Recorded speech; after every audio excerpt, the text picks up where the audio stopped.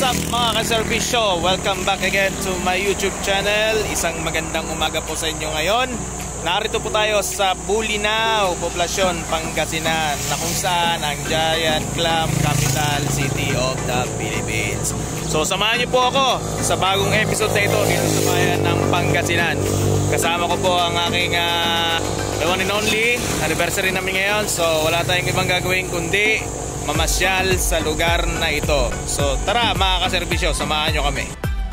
So yun mga kaserbisyo, tatawid na po kami ng isla sa Santiago Island. Alam nyo ba ang pinakamasarap na binabalik-balikan namin dito ay yung tinatawag nilang binarabar na bangos. Kung tawagin namin mga Bisaya ay lechon bangos. Yan, kasama ko si my love. Happy anniversary. Happy anniversary. Ayun, shout out kay Lay. Anniversary namin. Yeah. Boss, ayun yung makisig na driver namin. Ayun, wala. Biroy mo 5 minutes lang from Manila to Bolinao. At siyempre kay Tito Roy. Yeah, shout out kay Tito Roy. Salamat kay Tito Roy sa lugar nila yung titikman nating binarabar. Yun yung paborito namin balik-balikan dito. Dati dyan kami nag-almusal. Kaso lang hindi na kami bate. Sana okay na yung daan para hindi na tayo lumibot sa bundok. Ha? Si nanay?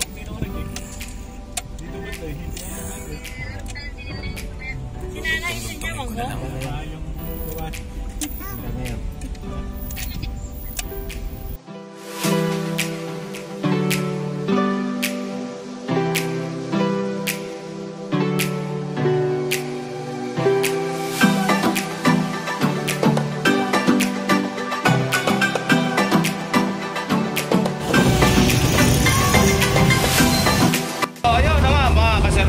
Nandito na tayo sa landing barge. Tama ba boss? Landing barge.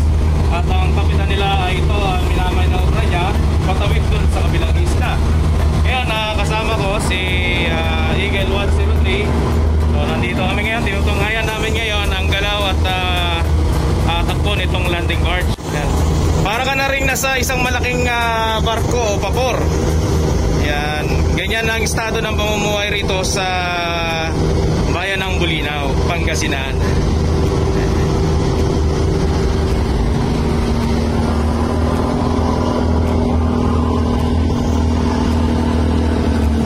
Yan, magmula doon sa dakong yon, mag-iipon-ipon yung mga sasakyan. Pagka nag-iipon-ipon at pagka nakita ng kapitan na magkakasya na yung mga sasakyan dito sa landing barge, tsaka lang tatawid papunta ron sa isla ng Santiago Island. Ayan.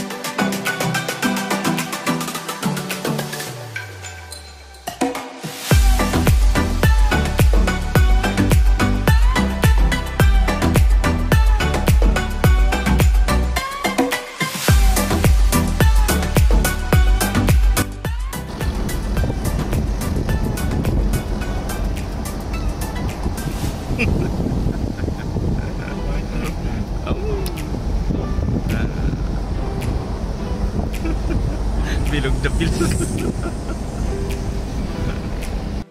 Guys, narating na po namin ang bahay ni Tito Roy and doon, makyat na siya. So, salamat kay, shoutout kay pare na talagang napaka fast and furious kung magmaneho. naka-lifesaver pa na uniform. Kasama na rin namin ang anak ni